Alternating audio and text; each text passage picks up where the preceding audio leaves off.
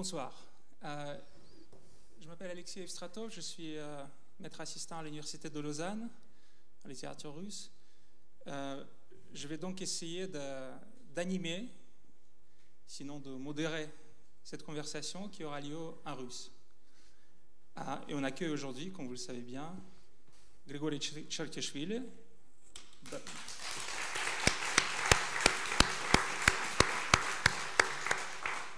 Et Mikhail Shishkin.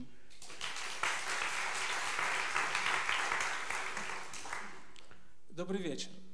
Bonsoir. Nous nous sommes mis d'accord avec nos deux auteurs. Nous nous sommes mis d'accord pour commencer ce soir par essayer de bien préciser ou de bien comprendre avec qui se déroule cette conversation.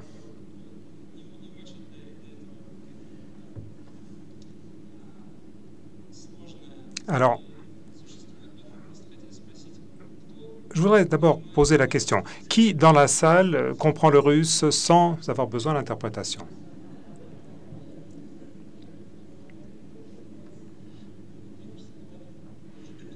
C'est en tout cas la moitié, sinon plus, même plus de la moitié.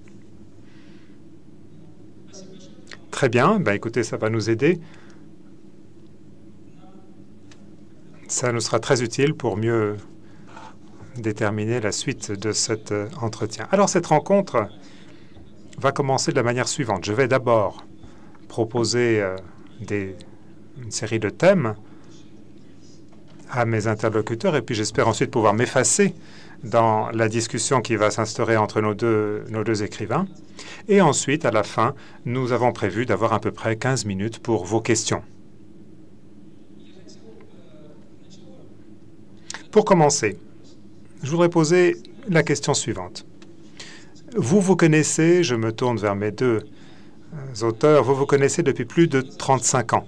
Et il y a tout juste une semaine, au Monténégro, s'est terminé le festival Slovo Novo, qui est un forum culturel. Et Grigori Chertishvili, ou Boris Akounine, comme on veut, était l'un des organisateurs, tandis que Mikhail Shishkin, lui, a participé à ce festival. Alors ma première question, c'est, est-ce que vous vous êtes rencontrés sur place? Est-ce que vous avez pu vous voir? Et si oui, de quoi avez-vous discuté? Nous avons parlé de choses tout à fait habituelles. On ne s'est pas interrogé sur le sens de la vie. Je n'ai pas posé la question à Mikhail de lui dire s'il préférait Tolstoï ou Dostoïevski. Non, nous avons parlé de choses de tous les jours parce qu'effectivement, nous sommes amis depuis longtemps. Non, mais attention, dit M. Shishkin, on a bien parlé de Tolstoï et Dostoïevski. Bah oui, bien sûr, parce qu'on est des littérateurs et la littérature, c'est ce qui nous occupe. Et on n'a pas toujours exactement les mêmes goûts. Alors, sur quoi n'étiez-vous pas d'accord?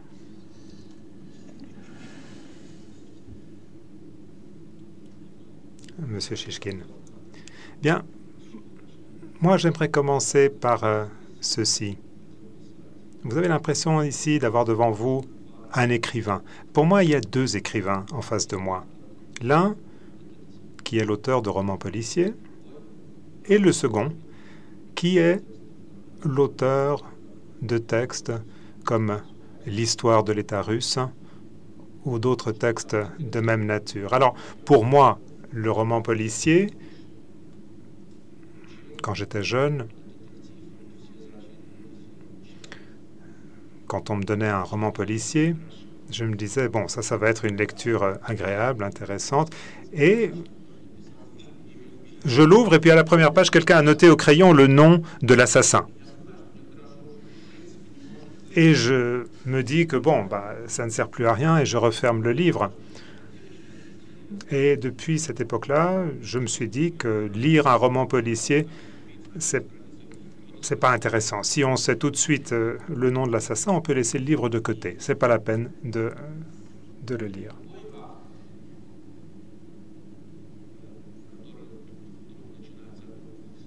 Alors qu'un auteur qui commence à s'interroger sur la nature humaine, le sens de la vie, qui sommes-nous, où allons-nous, ça, c'est un auteur qui, a priori, m'intéresse. Alors, bien entendu, nous le savons tous,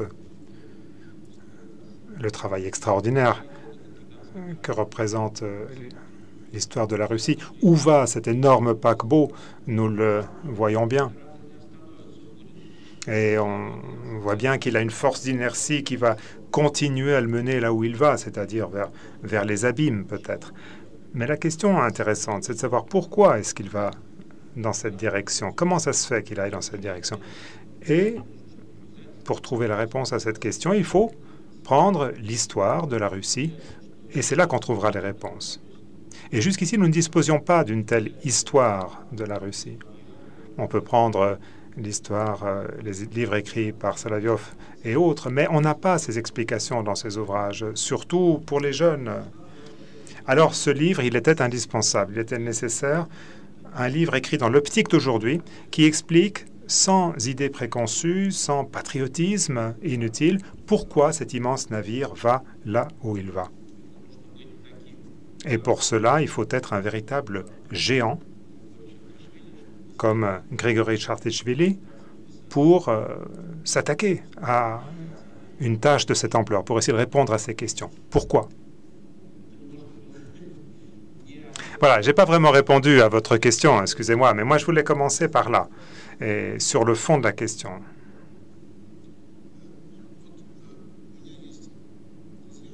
J'ai des amis que j'aime beaucoup, avec lesquels souvent je n'ai rien à dire, parce qu'on est d'accord.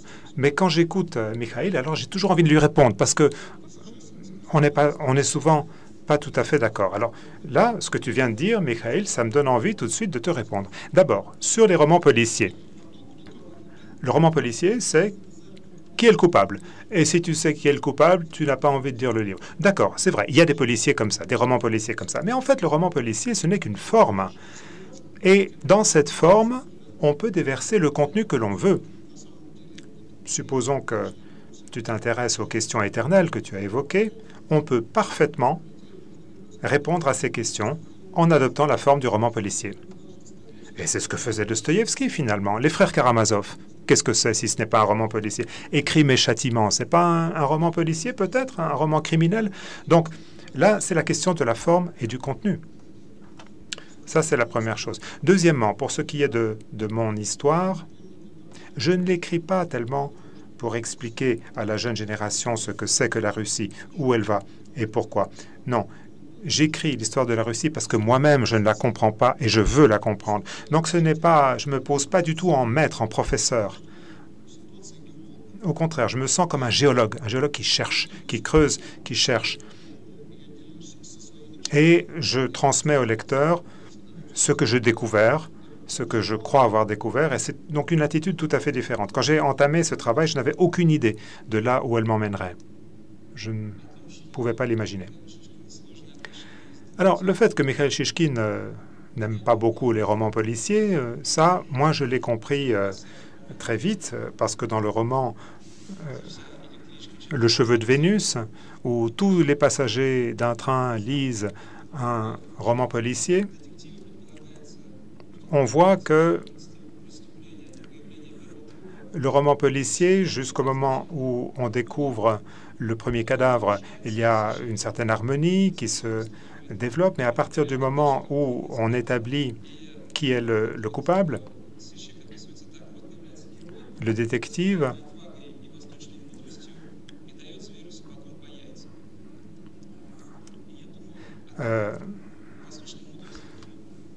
je pense qu'il y avait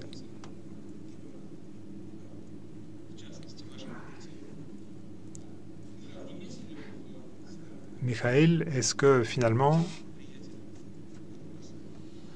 dans ce passage que j'ai cité, qu'est-ce que vous aviez en tête?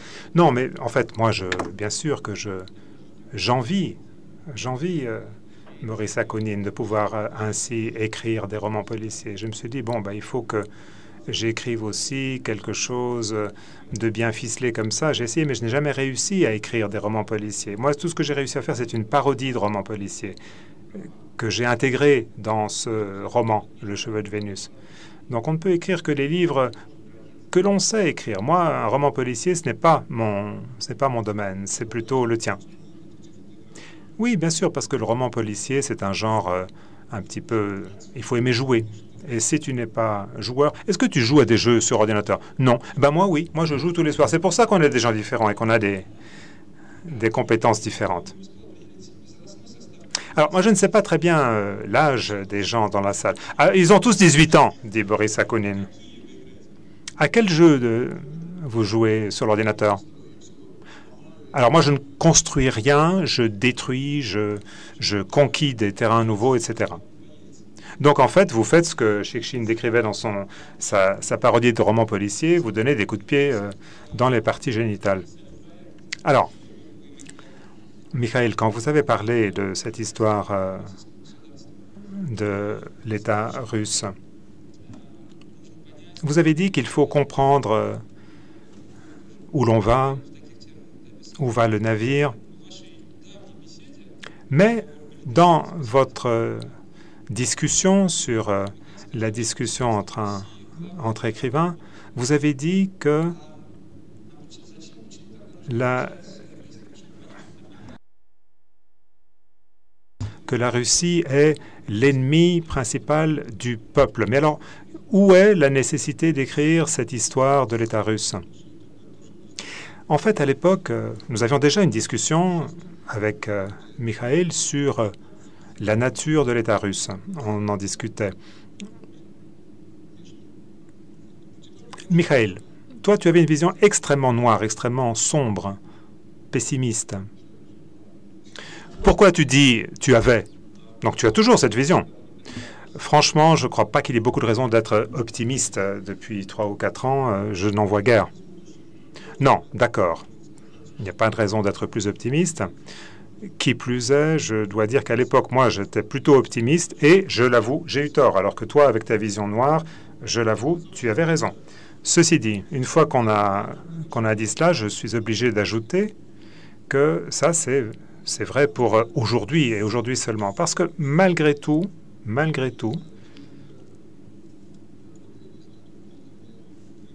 je ne sais pas, c'est peut-être quelque chose qui m'est propre, mais moi, je ne crois pas qu'il y ait une absence totale d'espoir en Russie. Je ne crois pas que le pays soit voué à disparaître. Et je pense qu'il n'est pas exclu qu'il y ait des chances que la situation se rétablisse bientôt. Oui, mais attends, ça, il fallait que tu le dises tout à la fin. Tu t'es trompé. Il faut attendre la fin c'est la conclusion qui doit être optimiste. Et puis à ce moment-là, tout le monde applaudit et on rentre chez soi. Alors, la question qui était posée, c'était le fait que l'État en Russie est le principal ennemi du peuple. Alors moi, un de mes auteurs préférés, Alexandre Herzen, c'est celui qui a dit que l'écrivain, ce n'est pas un médecin. L'écrivain, c'est la douleur. Eh bien, Herzen a, je crois, fait le diagnostic du pays tout entier. Il a dit l'État en Russie s'est développé comme une armée d'occupation. Il a dit ça il y a 150 ans. Eh bien, ces relations entre l'État et son peuple et la population à l'égard de son État n'a jamais changé. Ça a toujours été ainsi. Ça a toujours été l'État comme armée d'occupation. Et pour bien comprendre pourquoi les choses se sont passées ainsi, eh bien, il nous faut justement une explication historique. Il nous faut étudier l'histoire. Et pour moi, lorsqu'est sorti le premier tome, le deuxième tome de l'histoire de l'État russe que tu as écrit, c'était très important pour moi. Le soir, on était assis au coin du feu et on se lisait à haute voix, l'un à l'autre. D'abord, en soi, c'est formidable de se lire des choses à haute voix, c'est toujours très agréable. Et ensuite, tout ce que j'ai lu dans cette histoire, c'était une explication du fait que le gouvernement, l'État en Russie s'est développé comme une armée d'occupation. Alors, je comprends bien quand tu dis que tu ne veux pas être un professeur, être quelqu'un qui explique tout à ses lecteurs. Mais en tant qu'auteur, comme tu l'as dit, tu veux comprendre, et la seule façon pour toi de le comprendre, c'est d'écrire toi-même cette histoire. Et je t'en suis très reconnaissant, parce que toutes les informations que tu as réussi à rassembler, sans préjugés, sans idée reçue, eh bien c'est cela qui m'a expliqué pourquoi l'État s'est développé en Russie comme une armée d'occupation, pourquoi il est devenu le principal ennemi de ce pays occupé, de ce peuple occupé. Bon, d'accord, mais comprendre la cause de la maladie, c'est nécessaire, pas simplement pour dire que le malade va mourir, mais pour dire qu'il faut guérir la maladie. Donc, l'État russe est un organisme malade. Si l'on veut comprendre ce qu'il faut faire pour qu'il se rétablisse, il faut comprendre la nature de sa maladie, comment il est tombé malade, etc. Donc moi, ce qui m'intéresse avant tout, c'est ça. Je ne suis plus déjà un tout jeune homme, mais j'essaye de voir ce qui se passe en Russie et je me suis rendu compte que je ne comprends pas ce qui se passe dans mon pays. J'ai voulu le comprendre. Voilà. Et toi, tu comprends ce qui se passe en Russie? Tu comprends pourquoi l'État est un pouvoir d'occupation, pourquoi l'État est l'ennemi? Parce que ça, c'est des expressions émotionnelles. Mais si on veut en parler de façon rationnelle, de façon calme, sereine, sans passion, en Russie, depuis que l'État russe existe, depuis le XVe siècle, on ne va pas aller plus loin dans l'histoire, remonter plus loin, eh bien, l'idéologie dominante, grosso modo, n'a pas changé. C'est toujours la même. Ce pays a toujours été dirigé par les tenants d'un État fort. J'évite les étiquettes, j'évite les termes politiques. Des gens qui ont toujours maintenu cette même idée, c'est que l'État russe, c'est une espèce de valeur suprême, c'est une grande puissance, etc. Enfin, on connaît tous les clichés qui vont avec. C'est un État qui est plus important que les gens, que le peuple. Et la population vit dans ce pays pour servir cet État, que ce soit la patrie ou autre notion de ce genre. Et donc, le peuple se sacrifie au nom de cet État parce que l'État, c'est une sorte d'idée suprême. Alors, pour que en Russie, les choses se passent différemment et pour que les gens puissent être plus heureux, il faut remplacer entièrement cet État par un État qui existe pour que les gens soient heureux et pour que ce ne soit pas la situation inverse. Comment y arriver? Comment le faire? Ça, c'est la question suivante. Mais en réalité, parmi les tenants de cet État fort, bien sûr qu'il y a eu des sadiques, des bourreaux, des voleurs, mais il y a eu aussi des gens qui étaient sincèrement convaincus, qui étaient altruistes, qui avaient une certaine logique. Et cette idée, c'est une idée extrêmement forte. C'est une idée qui est profondément ancrée, beaucoup plus que les idées libérales. Les idées libérales qui ont 2 siècles tout au plus, qui se sont formées à la fin du XVIIIe siècle, ou plus tôt. Et ces idées libérales, elles sont beaucoup plus jeunes. Les idées qui nous tiennent à cœur, à toi et à moi. Et donc, il faut, pour renverser cette idéologie, il faut plus que 3 jours en 1991. La deuxième idée qui me vient à l'esprit, c'est comment remplacer cet État. Le fait que nous voulons changer l'État, c'est parfaitement évident, parce que l'État qui existe chez nous depuis plusieurs siècles, c'est une forme, une sorte de métastase. La métastase qui peut être appelée le pouvoir. La seule idéologie de ce pouvoir, c'est le maintien de ce pouvoir, la conservation du pouvoir. Et le pouvoir a pris la forme de l'État. Et bien entendu, on peut déguiser cela par des paroles magnifiques, des idées magnifiques, défendre la patrie, défendre le communisme, défendre l'orthodoxie. Mais le résultat est toujours le même. Lorsque mon père savait que son propre père avait été tué par le pouvoir et a quand même s'est porté bénévole pour défendre la patrie, eh bien c'est ce truc, le patriotisme, un truc que le pouvoir utilise pour attraper les gens. Ils avaient l'impression qu'ils allaient libérer l'Europe du fascisme, alors que ces gens ont été utilisés pour le maintien du pouvoir.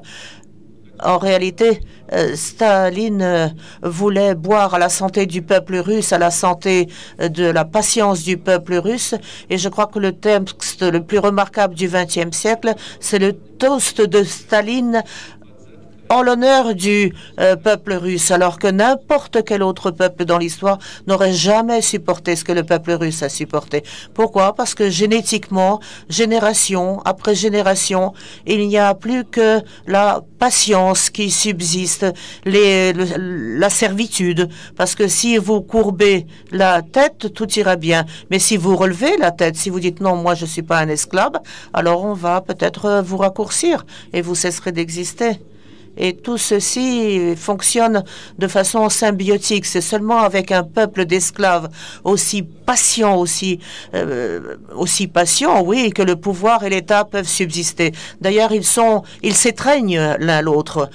Tu as dit par quoi remplacer l'État. Mais moi, je crois qu'il faut savoir par où commencer.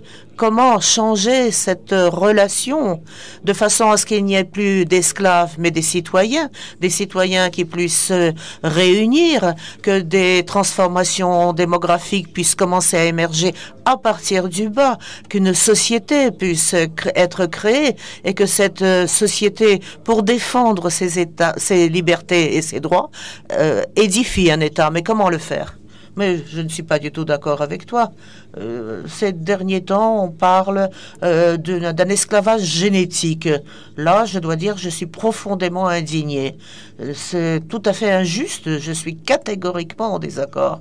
Il y a peu de temps, j'ai regardé un des livres de Nabokov qui en parle de façon tout à fait passionnée. Il dit qu'en Russie, il y a deux anciennes traditions. Une tradition qui, elle, c'est d'une vie culturelle et d'une richesse mentale fantastique, et une autre tradition qui pèse sur cette première tradition et qui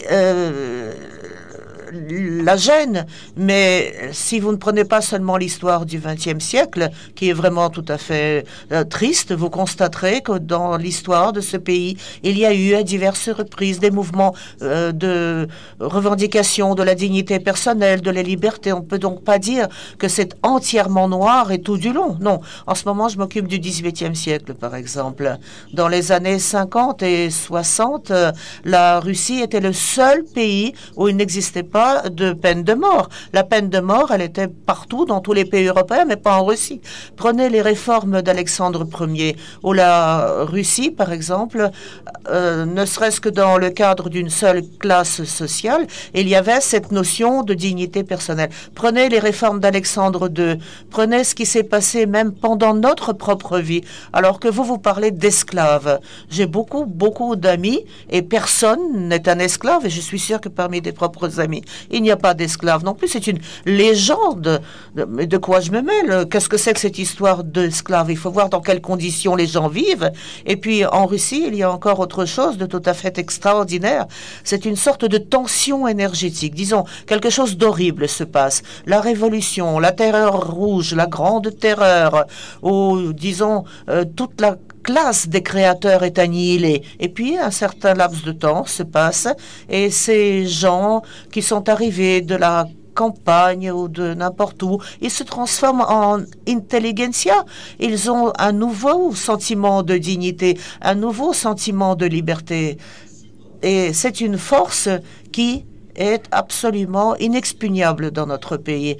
Et lorsque nous espérons que quelque chose de mieux va se passer, c'est lié à cette force, à cet élan. Alors comment pouvez-vous le nier? C'est avec beaucoup de bonheur que je t'écoute et je suis persuadée que cet enthousiasme et cet optimisme vont beaucoup plaire. Mais où avez-vous l'origine de ce sentiment de dignité personnelle dans un pays d'esclaves?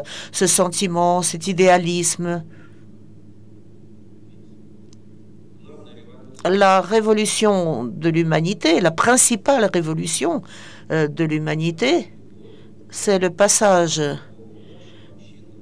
d'une sorte de conscience collective lorsque ce sont les timoniers qui m'orientent, ou un tsar, ou le dirigeant, ou un directeur.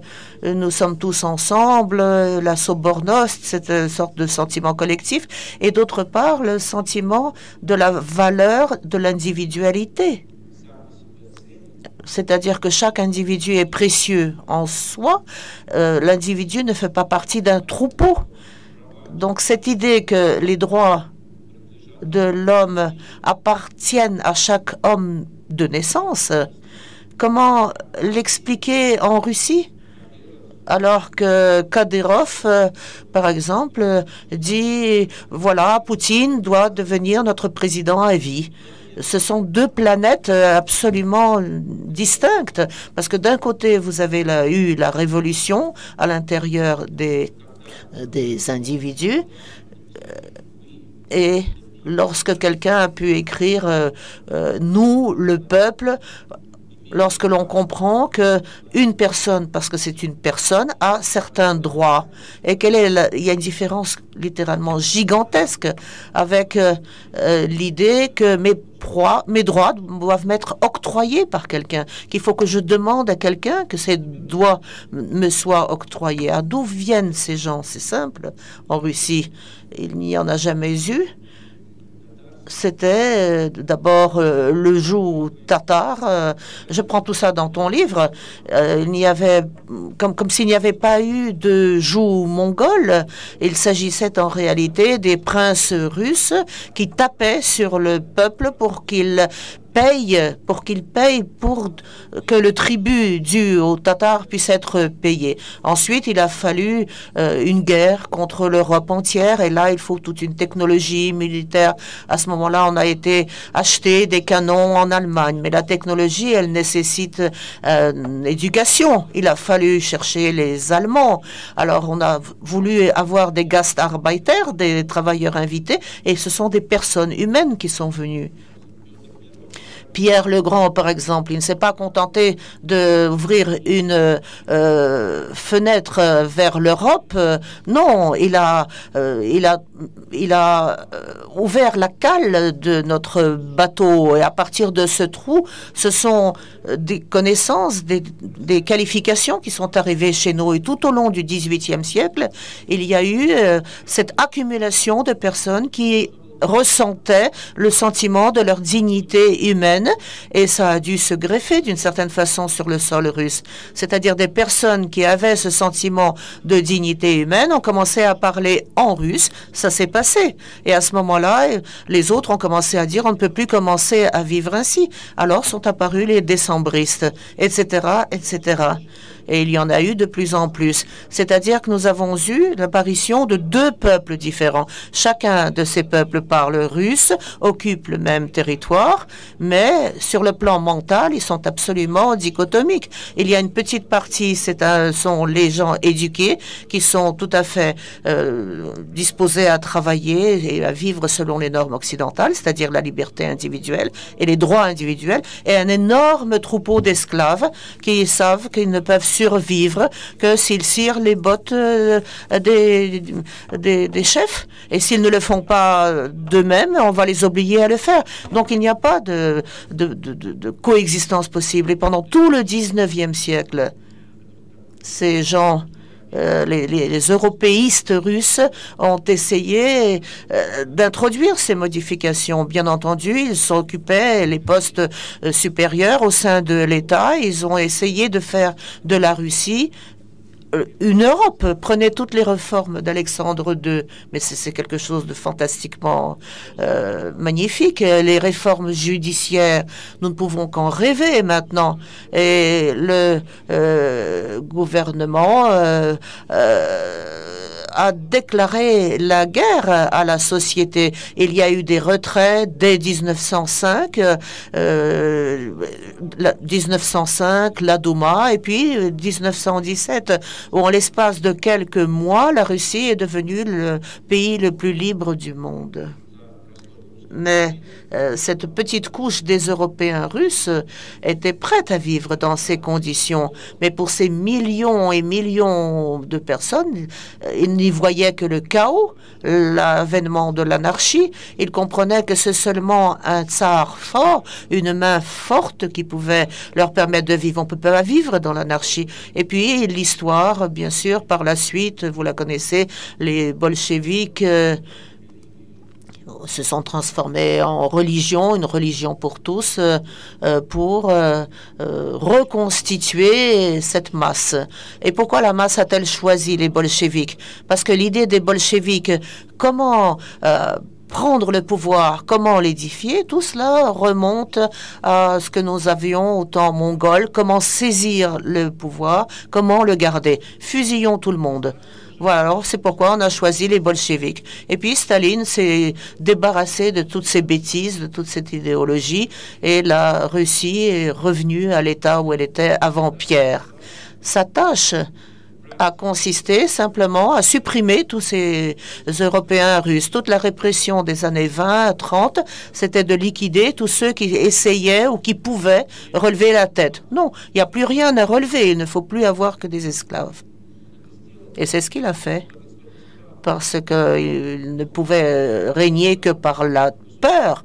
Mais lorsqu'il n'y a pas de peur, c'est autre chose. L'État a besoin d'éducation, de personnes éduquées, des techniques. Et à ce moment-là, cette classe relève la tête, parce que l'éducation entraîne inévitablement une réflexion sur sa propre dignité. C'est pourquoi les années 60, soudain, ont vu éclore des dissidents, ont vu soudain apparaître des gens qui, après une telle répression, de telles horreurs, finalement, il n'aurait dû y avoir plus personne. Et pourtant, ils sont réapparus. Et c'est là qu'on a vu qu'il était possible à nouveau d'essayer d'organiser l'Europe en Russie. En 91, des milliers et des milliers de personnes sont venues protester sur les barricades contre le joug mongol pour qu'il y ait à nouveau une Russie européenne. Eux, ils étaient prêts à vivre ainsi. Mais les autres, les 150 millions, ont de nouveau senti que ce n'était pas la liberté, c'était l'absence d'un chef. On leur a donné la liberté, mais c'était pas mérité. Il faut être prêt à la liberté. Alors que ces gens ont reçu la possibilité de construire la maison qu'ils voulaient. Alors ils ont construit simplement leur propre baraquement. Ils ne connaissent aucune autre architecture. Et dans ces baraquements, voilà, le pays continue à vivre. Alors que ces personnes remarquables qui ne voulaient pas vivre dans des baraquements, eh bien, ou on les oblige à y vivre, ou on leur coupe la tête, ou bien ils vont s'en aller. Bon, je crois que tout le monde a bien compris que cette discussion peut se continuer sans fin.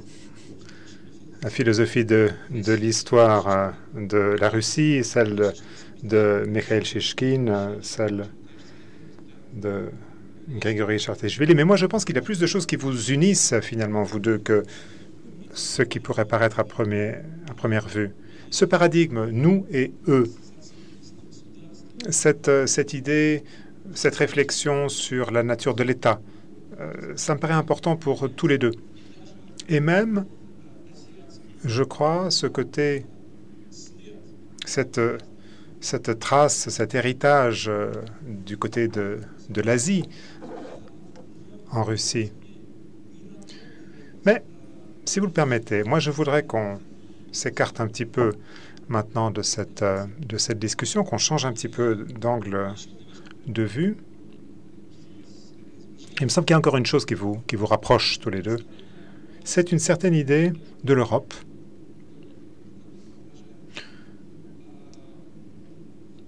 Une certaine représentation de l'Europe comme une valeur positive en termes de valeur, en termes de ce qui a pu aider à s'opposer à la tyrannie, ce qui a pu favoriser les réformes, l'émancipation. Comment voyez-vous les choses sous cet angle? Aujourd'hui, les rapports avec l'Europe, avec l'Atlantique Nord, etc.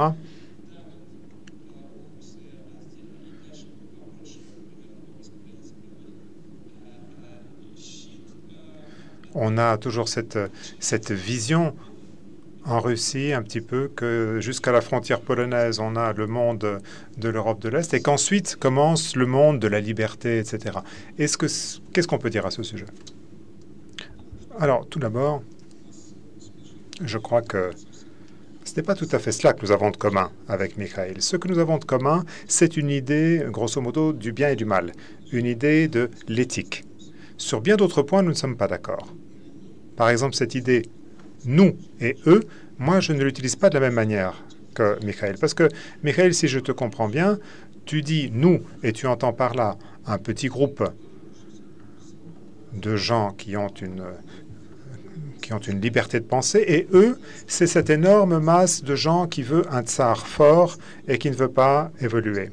Alors que moi, quand je dis nous et eux, ce n'est pas la même chose. Pour moi, nous, d'accord, ce sont des gens qui estiment que l'État doit être là pour le peuple et pas le contraire, mais quand je dis eux, eh bien c'est un autre petit groupe de gens qui sont au pouvoir en ce moment en Russie, et qui, eux, ont un point de vue tout à fait opposé. Mais la grande majorité de la population, pour moi, 80 ou 90%, n'appartiennent ni à l'un de ces groupes ni à l'autre. Et ces deux groupes essayent d'attirer cette masse de gens de leur côté. Donc c'est une toute autre structure de l'État. Parce que si on a 10% contre 90%, la lutte a l'air sans espoir. Mais si on a 10% et une masse de 80%, la situation est tout à fait différente. Et moi, à l'égard de ces 80%, je n'ai pas la même approche que toi. Moi, je ne les considère pas comme stupides, je ne les considère pas comme des sauvages. Je comprends que ce sont des gens normaux. Dans tous les pays, dans n'importe quel pays, les gens s'intéressent avant tout à leur famille, à leur travail, à leur vie privée, à leur hobby. Et c'est tout à fait normal, c'est parfait. Oui, mais... Et la Crimée, alors? Non, ils ne s'intéressent pas à la Crimée.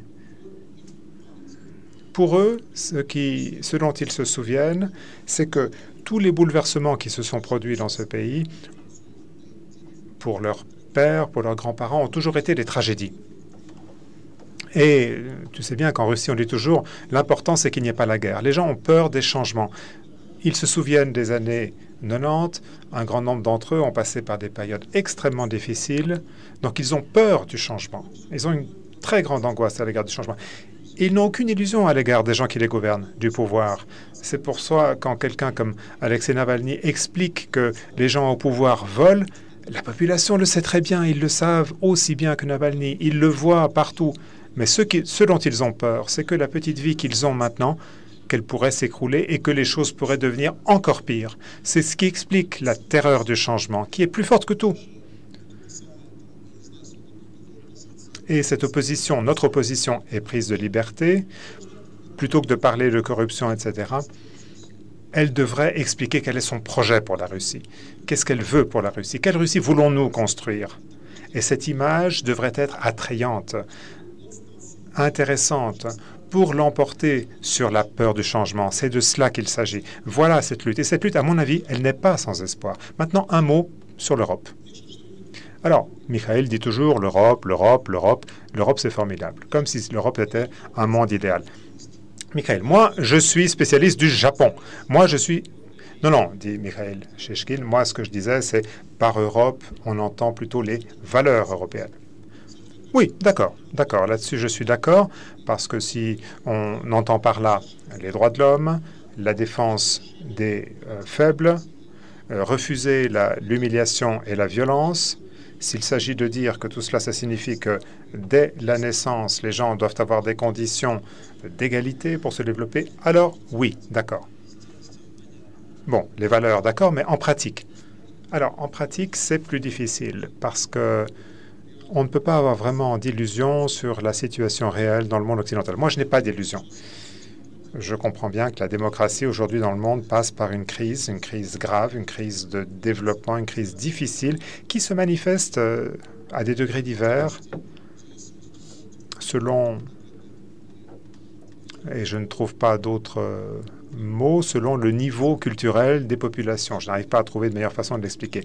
Plus ce niveau est faible et plus la crise est grave. Parce que ce qui se passe aujourd'hui en Russie, ça fait aussi partie, à mon avis, de ce processus global. Donald Trump, le Brexit, les gens qui votent pour des partis nationalistes, tout ça, à mon avis, ça relève du même phénomène. Et qui est coupable de cela? Eh bien, à mon avis, dans une large mesure, ce sont les représentants des gens de la classe à laquelle nous appartenons, Michael et moi, parce que nous faisons mal notre travail, nous remplissons mal notre fonction sociale. Nous ne savons pas communiquer avec les gens. Nous parlons entre nous. Alors, quand il faut expliquer aux Britanniques pourquoi le Brexit c'est dangereux, pourquoi le Brexit c'est mauvais, les journalistes, les écrivains commencent à se quereller entre eux. Et eux, ils se comprennent. Pour eux, tout est clair. Mais c'est aux gens, c'est à la population qu'il faut expliquer. Il faut leur parler dans une langue qu'ils peuvent comprendre. Et ils n'y arrivent pas. Regardez un peu ce qui se passe aux États-Unis aujourd'hui. Tout ce que nous lisons, tout ce que nous voyons, ces journalistes, ces acteurs, ces écrivains, ils sont tous convaincus que Trump est un idiot, qu'il ne mérite que le mépris et que ça sert même à rien de discuter. Mais c'est une erreur. C'est une grande erreur parce que pour la majorité des électeurs américains, les choses ne sont pas ainsi. Et Trump, avec son Twitter stupide, il est beaucoup plus efficace dans la communication avec les habitants que le New York Times et tous les autres médias. Il faut parler aux gens, il faut parler à la population. Il ne faut pas les mépriser. Il ne faut pas les traiter de haut. Il ne faut pas être tombé dans le parisianisme, le new-yorkisme, etc. Ça, c'est de graves erreurs. La démocratie, aujourd'hui, connaît une crise grave partout dans le monde. Parce que la démocratie, c'est une sorte de nivellement. C'est le moment, la démocratie, où le lauréat du prix Nobel a le même pouvoir par son bulletin de vote qu'un jeune de 18 ans qui vient de sortir de l'école. Donc, si l'on veut arriver à une structure sociale un peu plus perfectionnée que la démocratie, je pense que ça doit être possible. Mais pour l'instant, c'est là qu'on en est. On en est dans cette situation. Et donc, l'heure est au dialogue. L'heure est à la persuasion. Il faut vendre un projet, si tu veux. Avoir un projet qui soit attrayant et savoir le vendre. C'est ça le problème. Il me semble que cette idée, cette représentation de ce qu'il faut faire va dans le même sens que votre pratique d'écrivain, alors que Michael, me semble-t-il, s'est déjà exprimé plusieurs fois pour dire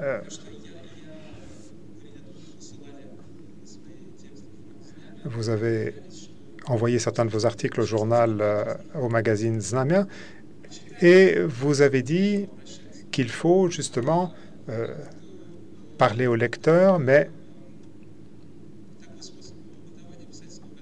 vous avez choisi plutôt, en tant qu'auteur, de dire qu'il faut moins s'occuper du lecteur, et votre pessimisme, finalement, repose sur l'idée que de toute façon, on ne peut pas faire grand-chose, et donc il vaut mieux s'occuper de son travail, de son artisanat, un petit peu à l'écart de cette idée défendue par Boris Akounine. Est-ce que j'ai bien compris votre position, votre attitude? Moi, je voulais dire un mot sur l'Europe, si vous permettez, avant de vous répondre.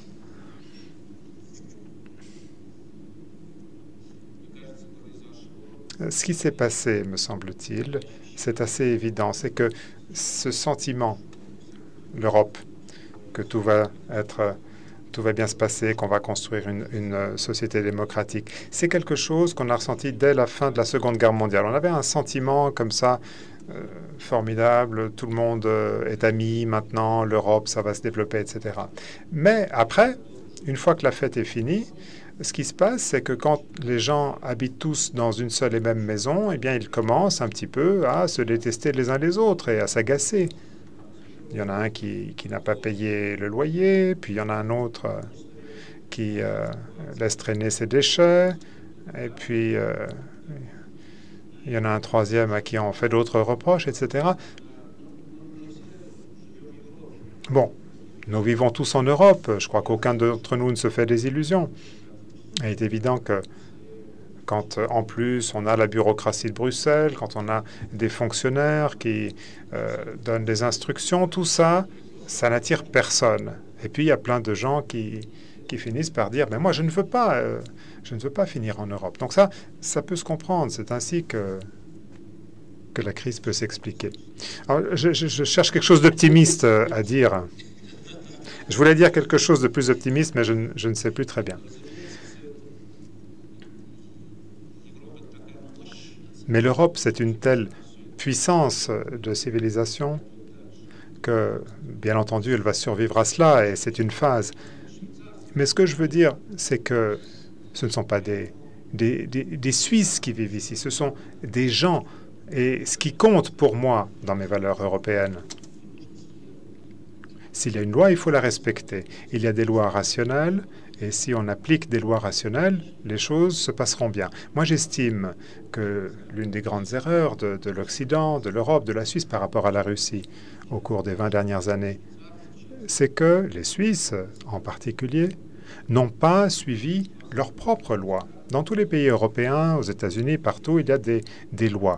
Des lois qui disent, par exemple, que l'argent du crime, eh bien, s'il y a de l'argent qui vient de la criminalité, les criminels, eux, doivent se retrouver derrière les barreaux. Mais la Russie a inondé la Suisse d'une telle quantité d'argent qu'on a oublié les lois ici, les lois qui veulent qu'un criminel soit derrière les barreaux. Alors si les Occidentaux se mettaient à appliquer leurs lois un peu mieux, peut-être qu'ils aideraient la Russie de cette manière. Oui, je voudrais, en conclusion de ce premier round, en quelque sorte, vous interroger et vous demander comment vous conciliez dans votre pratique le fait que tous les deux, vous avez quitté la Russie depuis très longtemps. Et aujourd'hui, nous nous rencontrons ici.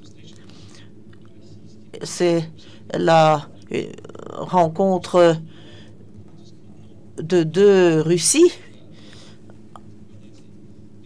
de deux écrivains qui écrivent tous les deux en langue russe et qui ont l'habitude de parler russe, d'écrire sur la Russie également. Mais est-ce que vous n'êtes pas lassé de vous retrouver comme des écrivains russes depuis si longtemps que vous êtes en dehors de la Russie? Vous n'êtes pas devenus des écrivains suisses?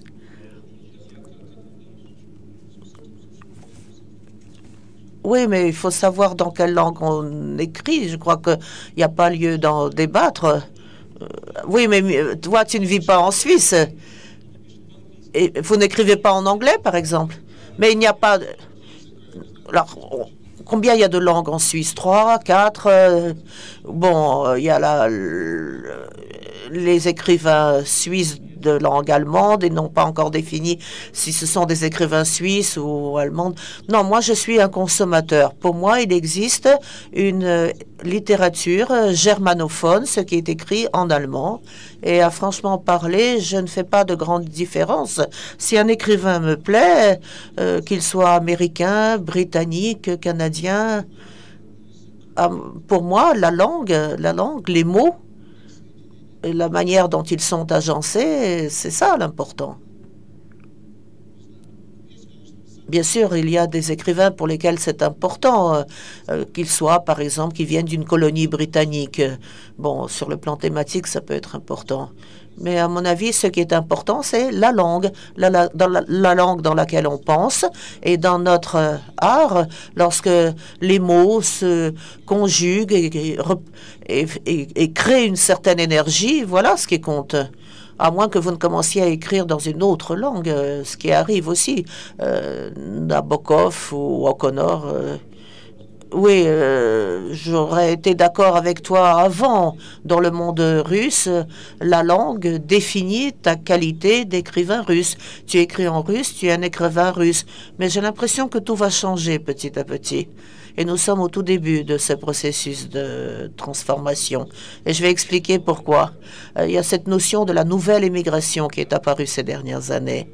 Moi, je ne vis pas en Russie, J'ai vécu en Allemagne, en Amérique, en Russie aussi, mais tout ça depuis 1995. Ça fait déjà pas mal de temps. Et j'ai toujours dit que la notion d'émigration appartenait au passé. Les migrations figurent dans les dictionnaires entre guillemets. C'est une notion périmée qu'au XXIe siècle, il ne doit pas y avoir de frontières. Où que tu vives, que ce soit sur l'Everest, si tu écris en russe, tu es un écrivain russe. L'essentiel, c'est ce que tu écris et pas d'où tu écris. Mais je n'ai pas changé, je pense toujours cela. Mais notre patrie historique a tellement changé que j'estime que ce n'est pas moi qui ai émigré, c'est le pays qui a émigré. Il a quitté le XXIe siècle et il est revenu au Moyen Âge.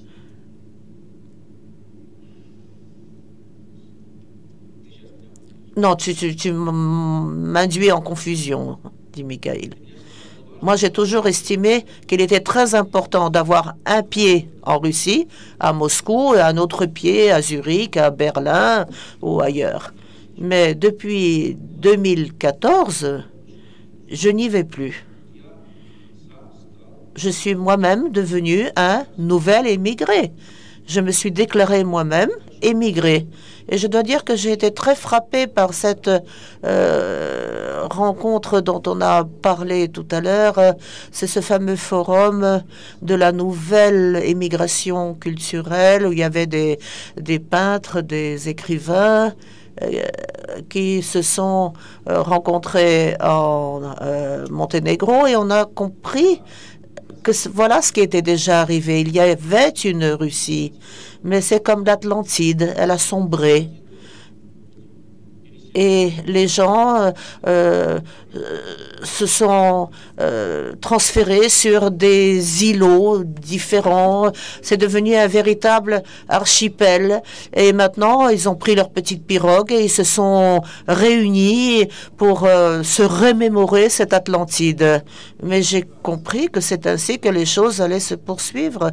Et cela veut dire que partout, il y aura des sous-cultures russes. C'est-à-dire que les gens vont écrire en russe, mais dans la mesure où ils vivront dans un monde différent, ils vont écrire dans un russe différent.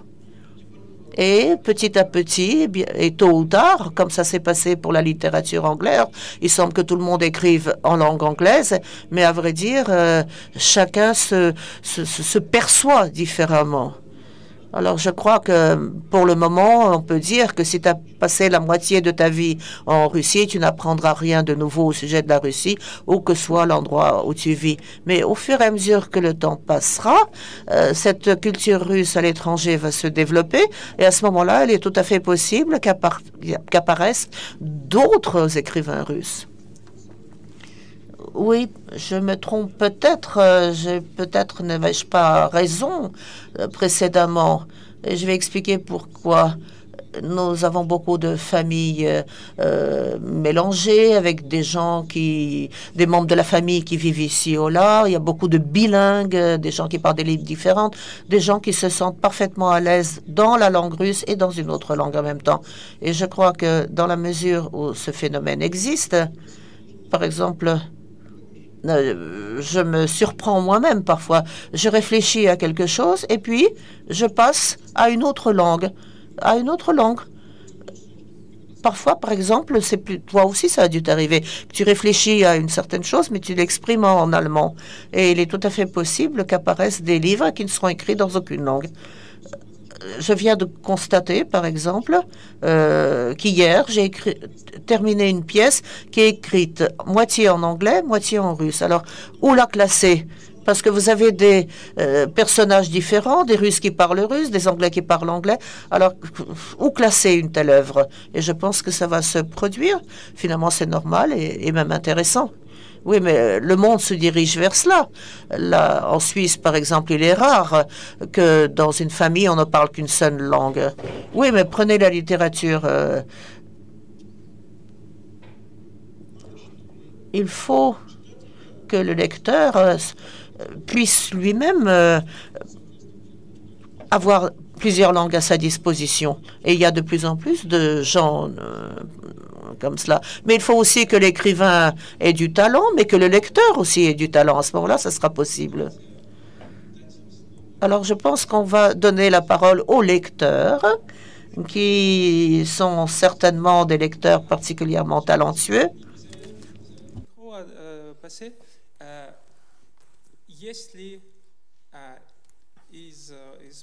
Est-ce qu'il y a quelqu'un qui souhaiterait poser une question ou réagir?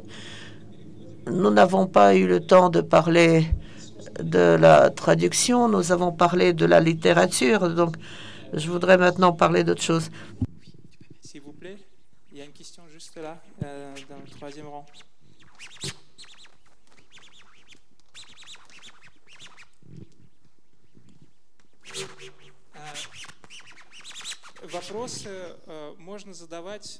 Vous pouvez poser vos questions en 3 langues et demie, en russe, en français, en anglais, en allemand, et je vais essayer de traduire ces questions à mes auteurs. Merci beaucoup. Nous avons vraiment écouté votre dialogue avec beaucoup de plaisir. Nous avons compris que vos vues historiques sont différentes. Au début de cet entretien, lorsque vous avez parlé de littérature, vous avez dit que vous aviez des opinions différentes.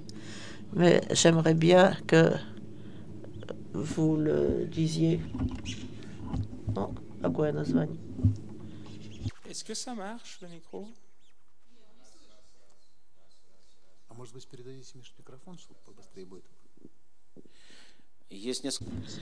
Il y a plusieurs écrivains qui sont très importants pour moi. Il y a 1 mois et demi de cela, est mort du cancer un très grand écrivain, Vladimir Charov, qui était longtemps malade. Il était si important pour moi que je suis en train d'écrire quelque chose qui lui sera consacré. Je ne sais pas quelle forme ça va prendre. Un essai. Disons que c'est un essai que je consacre à Vladimir Charov. Et je voudrais en parler à quelqu'un. En tout cas, ce n'est pas un écrivain pour Grisha.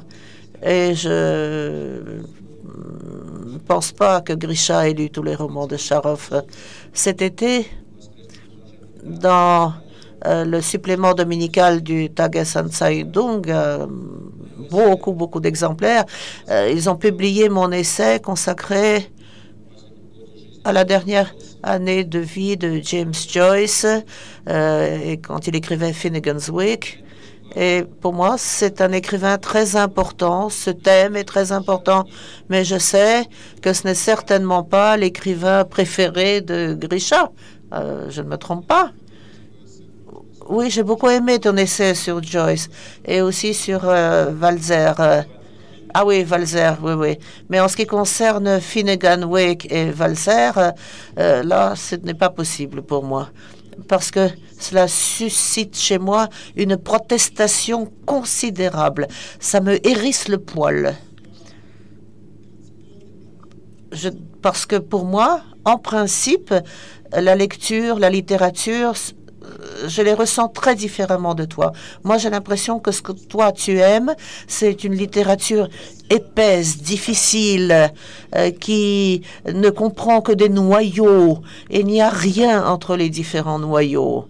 Alors que moi, j'aime une littérature où l'air circule, où le vent circule. Ça ne veut pas dire que ce qui me plaît, c'est de la bonne littérature ou qu'il y a une mauvaise littérature. Non, bien sûr. Mais toute ma vie, je travaille dans ce domaine et je dois dire que j'ai maintenant des goûts très spécifiques. Je sais très bien ce que j'aime et ce que je n'aime pas. Et toi et moi, en Monténégro, quand nous avons discuté, je crois que le seul point commun, c'était Tolstoï. Et d'ailleurs, si nous creusons un peu, non. Non, Haji Murat, voilà, je crois que c'était tout de commun entre nous. Et puis une autre question.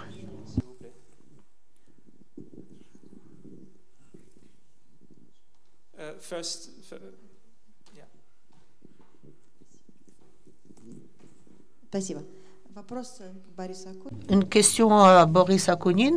Vous avez dit qu'il y a une intelligentsia et il y a les représentants de l'État et du gouvernement qui ne savent pas parler au peuple. Vous avez dit que nous ne savons pas parler au peuple et vous avez parlé de Trump, de tous ses Twitter et vous avez dit qu'il est beaucoup plus efficace avec ses Twitter que les éditoriaux du New York Times. Mais comme vous le savez, notre vice-président Medvedev utilise Twitter sans qu'il y ait beaucoup d'effets. En ce qui concerne le rapport avec le peuple, vous vous souvenez que Poutine aussi, nous irons buter les terroristes jusque dans les chiottes en espérant que c'était le moyen de parler au peuple. Est-ce que vous pensez que c'est en utilisant de tels termes, en s'abaissant à un tel niveau, qu'on peut avoir des échanges avec le peuple? Non, non, bien sûr que non.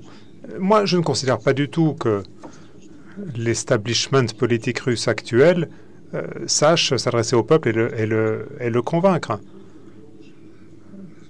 C'est pas difficile de convaincre les gens si vous êtes les seuls à avoir un mégaphone et que personne d'autre... non, non. Si vous faites une émission en direct entre Navalny et Poutine à égalité, eh bien, il n'y aura pas photo. Parce que Poutine n'a plus du tout l'habitude de dialoguer, s'il ne l'a jamais eu, il ne sait pas argumenter, etc. Donc il ne restera rien de Poutine si on le met face à Navalny dans un débat ouvert.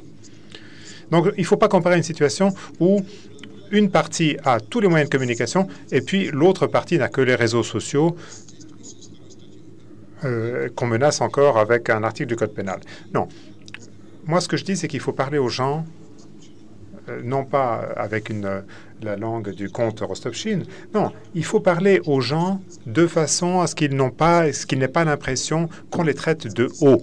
Qu'on les traite de haut parce qu'on a des diplômes et qu'on les traite comme moins que rien. Comme l'opposition moscovite traite parfois les gens qui viennent de la province avec mépris. Puis après, ces gens-là expliquent à quel point les moscovites se conduisent de façon absurde, et ils ont raison. Non, c'est de cela qu'il s'agit. Il s'agit de respect, finalement. Il s'agit de respect, c'est tout. Moi, je comprends parfaitement ce qu'il en est du respect, parce que moi, j'écris de la littérature, des romans policiers qui sont un genre très poli, contrairement à ce qu'écrit Mikhail Shishkin, parce que ce qu'écrit Shishkin, c'est du monologue, ça n'est pas de la politesse. Alors que quand vous écrivez des romans policiers, c'est autre chose, de la littérature plus facile. Il faut intéresser les gens, sinon ils vont cesser de lire les livres. Et toutes ces histoires, franchement, de romans policiers, de détectives et de criminels, ça n'intéressera plus personne. Donc moi, je comprends très bien cette idée de politesse, de rapport de respect, de politesse. Même si ces derniers temps, Michael, moi j'ai aussi commencé à écrire des choses un peu plus difficiles et j'avoue que c'est aussi très agréable quand on n'a pas à se soucier du lecteur. Alors, je vous ai vu dans la salle. Vous devez attendre pour poser votre question que vous ayez un microphone. Je ne sais pas si la personne qui a écrit cette question peut la poser dans un microphone. Est-ce qu'on peut passer le micro à la personne? Alors, moi, j'ai une question plus personnelle, peut-être, à Grigory Khvartishvili. Que pensez-vous des travaux de Panasienko sur l'année 1812? Alors, la question, c'est le futur. Parce que moi, j'en suis au 6e tome qui s'arrête en 1801. Et pour le moment, je rassemble de la documentation sur l'étape suivante. Donc, Panasienko, il y est aussi. Mais là, franchement, c'est une question qu'il faudra me poser dans quelques années. Je crois qu'il y a une autre question. Madame? Bonsoir. D'abord, moi, je ne m'attendais pas à ce qu'il y ait une discussion aussi politique dans cette rencontre ce soir. Je pensais qu'on allait parler de littérature et pas de politique. Donc, j'avoue que cette discussion, elle ne m'a pas beaucoup plu, je vous le dis en toute franchise.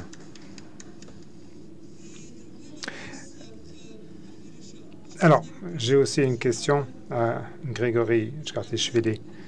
Je suis moi aussi géorgienne d'origine, comme vous. Et moi aussi... un de mes parents était géorgien. Depuis quelques années, je ne lis que vos livres. Je les lis l'un après l'autre, je les dévore. Vos héros vont dans le monde entier. Pourquoi ne vont-ils jamais en Géorgie? Alors, je sais tout sur vous. Je sais d'où vient votre nom de famille. Shvili, en géorgien, c'est toujours fils de ou enfant. Alors, j'ai cherché Tchkarti, la première partie de votre nom de famille. Vous avez dit un jour dans une interview que ce nom propre ne pouvait être prononcé correctement que par un géorgien ou par un aigle. Mais Tchkarti, ça veut dire c'est un oiseau. Donc, vous êtes Chanteur.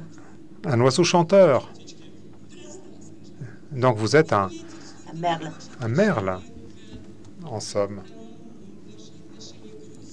Quelles sont vos relations avec la Géorgie? Et est-ce que vos personnages vont finir par se rendre dans ce pays? Est-ce qu'un de vos romans va se dérouler en Géorgie? Vous savez, ce qui s'est passé, c'est que mon nom, c'est Grigory Chalvovitch Chkartishvili, mais en fait, je connais très mal la Géorgie. Je ne parle pas la langue. J'ai toujours vécu à Moscou. Et mon père était géorgien, mais mon père a quitté la Géorgie encore avant la guerre. Et donc, très franchement, moi, je suis devenu géorgien en 2006, lorsque je me suis retrouvé en compagnie de Géorgiens, lorsque des journalistes ont commencé à m'appeler parce qu'ils avaient compris que mon nom de famille se terminait par Shvili. Ça a commencé en 2006. En 2008, d'autant plus, évidemment. Mais en 2006, vous vous souvenez peut-être, il y a eu, à ce moment-là, à Moscou, on a commencé à faire la chasse aux Géorgiens. Et bien sûr, en 2008, au moment de la guerre, d'autant plus, on a commencé à m'appeler sans cesse pour me poser des questions sur la Géorgie. Et à ce moment-là, répondre, vous savez, moi je ne sais rien de la Géorgie, je me sentais pas très à l'aise. Et donc j'ai commencé à me renseigner, j'ai commencé à répondre, oui, c'est vrai, je suis géorgien, c'est vrai, ça ne me plaît pas, ce qui se passe là, etc. Ça a été un tournant dans ma vie. Et la première fois que je me suis vraiment rendu en Géorgie, sérieusement, c'était il y a 2 ans, parce que j'avais besoin de documents, de matériaux, j'avais une idée d'un livre qui pourrait se passer en Géorgie. Donc, j'avais besoin de discuter avec les gens, de me rendre dans certains lieux. Et franchement, excusez-moi, je vais dire une platitude, mais ça m'a beaucoup plu, la Géorgie. Les Géorgiens m'ont beaucoup plu. Tbilissi m'a plu. Et j'ai eu le sentiment, à propos de ce pays, c'est un pays qui est bourré de problèmes, mais c'est un pays dans lequel il y a aussi un débat public très important, il y a des avis très divergents. Mais j'ai eu le sentiment que la Géorgie allait s'en sortir, que tout finirait par bien se passer. Parce qu'à mon avis, ce point de rupture a déjà été franchi. Je ne crois pas qu'on pourra revenir en arrière en Géorgie. On ne pourra jamais revenir sur ce qui s'est passé. J'étais en Géorgie dans une grande université avec 25 ou 30 000 étudiants. Il y a des cours en anglais. Ça donne un sentiment d'un milieu tout à fait différent par rapport à la Russie. Malheureusement, il y a beaucoup de ces jeunes qui ne parlent plus le russe déjà. Moi, j'ai dû parler en anglais. Bon, tant pis, mais si c'est ça la condition pour qu'il y ait une nouvelle vie avec une grande éducation et tout, ça en vaut la peine. C'est un pays qui n'est pas très riche, mais à mon avis, c'est un pays qui est plein de promesses. J'ai beaucoup de mes amis russes qui vont souvent en Géorgie, qui aiment y aller. Je crois que ce n'est pas pour rien. Et moi, j'ai l'intention, bien sûr, d'y retourner. Mais avec cette idée que j'avais en tête, le motif de mon premier voyage, jusqu'ici, ça n'a rien donné. Mikhail, vous avez dit que depuis 2014, vous n'êtes plus retourné en Russie, mais je sais que vous avez été en Estonie, sauf erreur. Alors, ces républiques de l'ex-URSS, cet aspect de votre passé, est-ce que ça vous intéresse? Est-ce que ça vous angoisse? D'après vos livres, on n'en trouve pas tellement d'écho. Le fait que l'État, le pays dans lequel vous êtes né, c'était la République socialiste fédérative de Russie. Oui, mais moi, quand j'avais 16 ans, 17 ans, on avait le sentiment, quand on allait en Géorgie ou en Estonie, que c'était à l'étranger. Je me souviens qu'à 16 ans, avec mon premier amour, nous sommes partis à l'étranger. C'était l'Estonie. Ça faisait partie de l'URSS. Mais on m'a tout de suite remis à ma place. parce que quand on voulait parler en Russie à l'époque, on m'a tout de suite fait comprendre que j'étais un occupant en Estonie. Et ça m'a vraiment choqué. Ça m'a vraiment bouleversé. J'ai dit, mais enfin, on a des ennemis communs. Moi, je suis des vôtres. Pourquoi me traiter comme un occupant? Puis ensuite, j'ai compris. Et je suis reconnaissant à ces gens parce qu'ils m'ont expliqué les choses. Ils m'ont dit... tu as une responsabilité, tu as la responsabilité de ce qu'ont fait tes parents, de ce qu'ils n'ont pas fait, de ce qu'a fait ton pays. Tu as la responsabilité de ta langue, de ton histoire, tout ça, tu es responsable. Ensuite, bien des années après, quand je suis retourné en Estonie, la situation, bien sûr, avait complètement changé. C'était une planète différente. Je suis allé en Estonie en tant qu'auteur russe.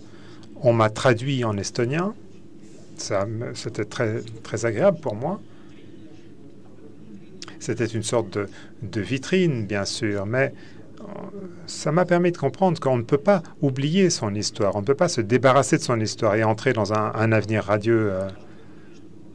Quand dans chaque librairie, on voit des livres sur les bataillons de SS estoniens, quand on parle avec des Russes, quand on a déplacé les restes des soldats russes en Estonie et les Russes, pour eux, c'était une bataille qui se poursuivait, tout ça. Toute cette histoire, elle est tellement douloureuse qu'on ne peut pas l'oublier du jour au lendemain, bien sûr.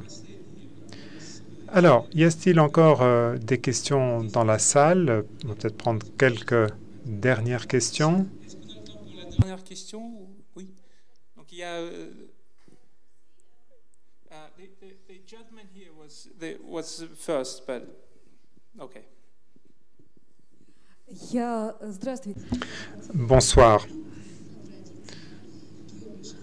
Je voudrais poser une question à Grigory Chartichvili. Lorsque vous avez imaginé votre personnage, Fandorine, qui est un personnage profondément positif, est-ce que c'est à ce moment-là que vous est venue l'idée de votre pseudonyme qui, en japonais, veut dire un mauvais homme, un bandit? Est-ce que c'est une sorte de contrepoids par rapport à ce personnage si positif? Parce que ce Fandorine, c'est un personnage idéal, en quelque sorte. Vous savez, Akunin, en Japon, ça veut dire un homme mauvais. En fait, quand j'ai songé à cette série, moi, ce qui m'intéressait, ce n'était pas Fandorine, c'était plutôt ses ennemis. Je voulais plutôt des méchants qui soient fascinants, qui soient charismatiques. C'est ça qui me plaisait. Donc, quand on a un méchant et qu'on ne sait pas très bien où est la vérité. Donc là, et on est à la limite du bien et du mal, et entre le recto et le verso. C'est ça qui m'intéressait surtout. Donc, il y a le monsieur ici, au premier rang, et puis il y a une dame à ma droite.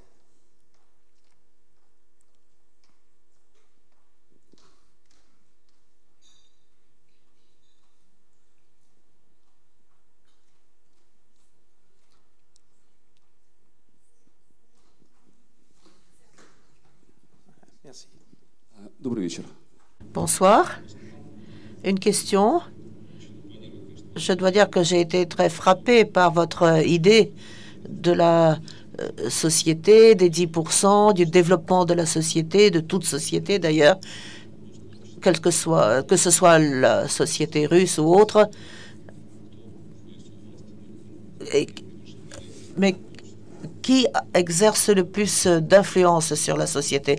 J'aimerais que vous nous en parliez.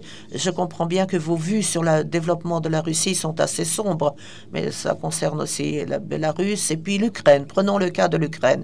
Est-ce que vous pensez que les perspectives sont sombres ou plus claires? En Ukraine, il y a une lutte dont le résultat n'est pas clair. Je dois dire que j'avais beaucoup d'espoir envers le mouvement de transformation qui s'est manifesté à Maïdan, mais rien n'est simple parce qu'en Ukraine, il y a beaucoup de forces parfaitement égoïste, oligarchique. Et à mon avis, ce sont ces forces qui ne permettent pas à ce pays de se développer normalement, sans même parler de la situation de guerre actuelle. Je crois qu'il y a beaucoup de gens qui comptent sur les élections présidentielles. Ce sera certainement très important. S'il n'apparaissent pas des forces nouvelles qui permettraient d'insuffler un nouveau mouvement de réforme, là, j'ai l'impression que l'état actuel risque de se perpétuer. Oui, pour le moment, ce n'est pas clair. J'aimerais bien que les choses se déroulent de façon favorable, mais je suis loin d'en être certain. Et je préfère ne pas en parler. En tout cas, peut-être ne pas écrire sur l'Ukraine, parce que je sais que les Ukrainiens sont très, très sensibles sur ce plan. Donc, je préfère éviter.